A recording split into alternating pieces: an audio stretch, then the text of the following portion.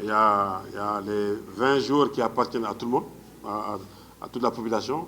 Les 3 jours, c'est le privilège du sélectionneur. Mais tout le monde ne peut pas être d'accord sur les 23 noms, ça c'est impossible. Donc maintenant, les 3 jours qui restent, c'est au gré du sélectionneur pour équilibrer son groupe, un joueur expérimenté comme en 2002, ce qu'a fait Messi avec moi, donc où moi j'ai joué un autre rôle. Et il y a des gens qui conseillent les joueurs, qui mettent l'ambiance, et ainsi de suite. Donc ça appartient aux joueurs, à l'entraîneur. L'entraîneur, il le prend par rapport à beaucoup de paramètres que nous ne maîtrisons pas. Mais quand vous regardez dans une Coupe du Monde ou dans une Coupe d'Afrique, il y a 11 qui démarrent, et souvent, ce qui rentre, c'est 5-6. Donc, c'est 16 à 17 joueurs qui jouent.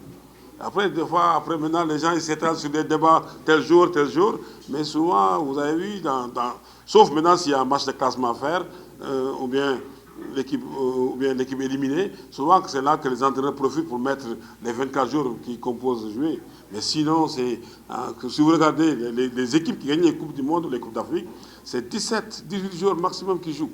Après le reste, maintenant, c'est pour ça que j'ai dit, il n'y aura pas une liste qui fera l'unanimité. Parce que souvent, il y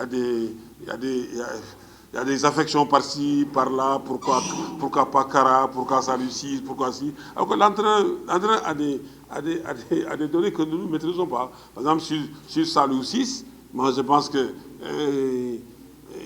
ce serait même suicidaire de partir avec une équipe sans gaucher le métier. C'est comme aussi, ce serait suicidaire de partir avec une équipe sans un droitier de métier.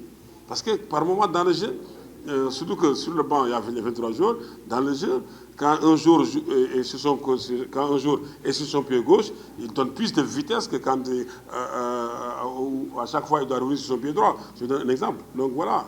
Donc c'est la liste là. Quand on regarde en général, c'est une liste, moi je pense que très équilibrée. Surtout que sur chaque ligne, il a mis de la fraîcheur. Quand on voit les gardiens, il y a le gardien de Rennes. Comment ça s'appelle le gardien de Reims, Edouard Mendy. Quand on regarde en défense, il y a de la fraîcheur. Comment ça s'appelle Mamadou Cissé. Au milieu, il a mis la fraîcheur. Moi, je suis très satisfait de la retour d'Henri Saivet, parce que vous savez, on a souvent reproché à l'UCC d'avoir, face à un bloc bas, d'avoir des difficultés.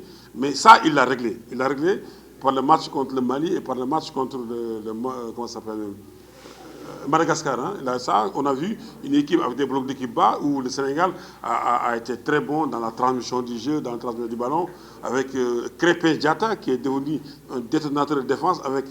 Vous savez, avec Krépin Diatta, l'équipe a une plus-value maintenant. Parce que c'est comme Messi en Argentine. Messi en Argentine, si Messi est pris au marquage, l'équipe est cadenassée.